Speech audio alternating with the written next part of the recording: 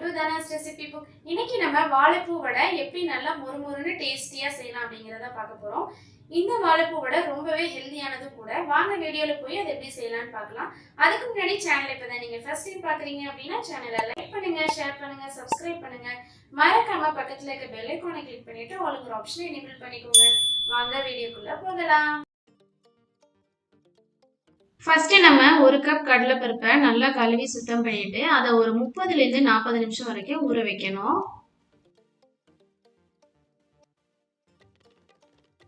30 நிமிஷம் கழிச்சு பார்க்கலாம்.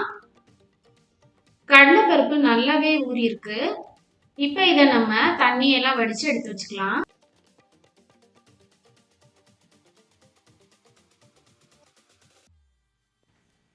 இப்போ ஒரு மிக்ஸி ஜார் எடுத்துக்கலாம். அதுல ஒரு 3 பச்சை மிளகாவை ஸ்லைஸ் பண்ணி வச்சிருக்கேன், அதை சேர்த்துக்கலாம்.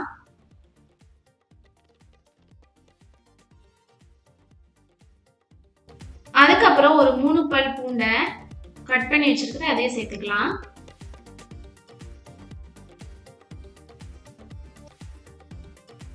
அதுக்கப்புறம் ஒரு சின்ன இஞ்சி துண்டை கட் பண்ணி வச்சிருக்கேன், அதையும் சேர்த்துக்கலாம்.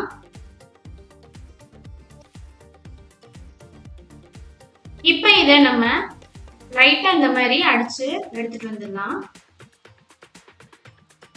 இப்ப நம்ம இது கூட ஊற வச்சிருக்கிற கடலைப்பருப்பு எல்லாம் சேர்த்துட்டு 1 டீஸ்பூன் சோம்பையும் சேர்த்துக்கலாம்.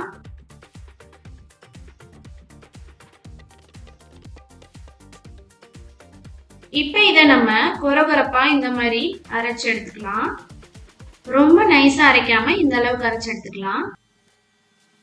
1 கப் வாழைப்பூவை இந்த மாதிரி நல்லா கழுவி சுத்தம் பண்ணிட்டு பொடி பொடியா நறுக்கி எடுத்து வச்சிருக்கிறேன். இப்ப நம்ம அரைச்ச கடலைப்பருப்பை ஒரு மிக்சிங் பவுல்ல சேர்த்துட்டு அதுக்கப்புறம் அது கூட இந்த வாழைப்பூவையும் சேர்த்துக்கலாம்.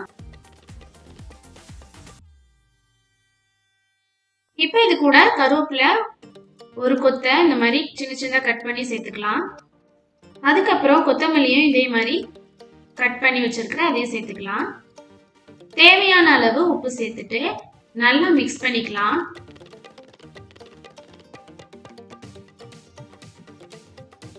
மிக்ஸ் பண்ணும்போது நம்ம எப்பயுமே தண்ணியே சேர்க்க கூடாது, அப்படியே தான் நம்ம மிக்ஸ் பண்ணணும். இப்ப நம்ம வடை ஷேப் பண்ண ஆரம்பிக்கலாம். கொஞ்சமா மாவு எடுத்துட்டு இந்த மாதிரி உருண்டை பிடிச்சிட்டு அதை இந்த மாதிரி உள்ளங்கையில வச்சு லைட்டா இந்த மாதிரி ஒரு பிரஸ் பண்ணா போதும். வடை ரெடி. இப்ப நம்ம இதை நல்லா காய வச்ச எண்ணெயில போட்டு பொரிச்சு எடுக்க வேண்டியதுதான். இப்போ ஒண்ணு ஒண்ணா போட்டு நம்ம பொரிச்சு எடுத்துக்கலாம்.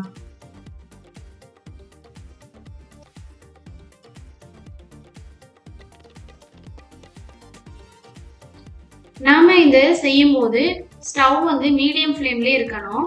ஹை ஃப்ளேம்ல வச்சோம்னா வெளியில மட்டும் நல்லா வடை கருகி போயிடும், உள்ள மாவா இருக்கும்.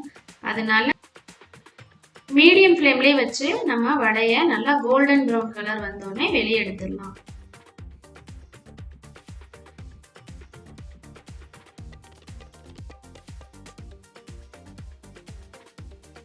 வடை நல்லா வெந்துருச்சு. இப்ப நம்ம இதை வெளியே எடுத்துடலாம். எடுத்துட்டு ஒரு பிளேட்டுக்கு மாத்திக்கலாம்.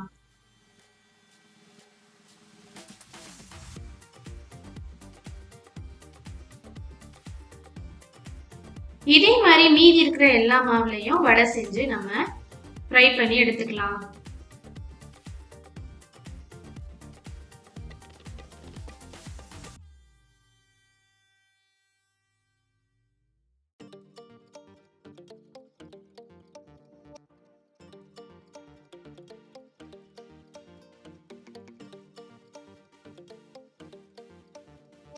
பாருங்க, நம்மளோட சூப்பரான வாழைப்பூ வடை ரெடி ஆயிடுச்சு.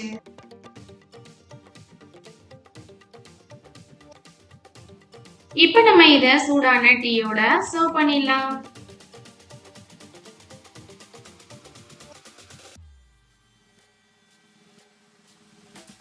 வீடியோ பிடிச்சதா மறக்காம நம்ம சேனலை லைக் பண்ணிட்டு சப்ஸ்கிரைப் பண்ணிட்டு பக்கத்துல இருக்க பெல் ஐகானை கிளிக் பண்ணிக்கோங்க.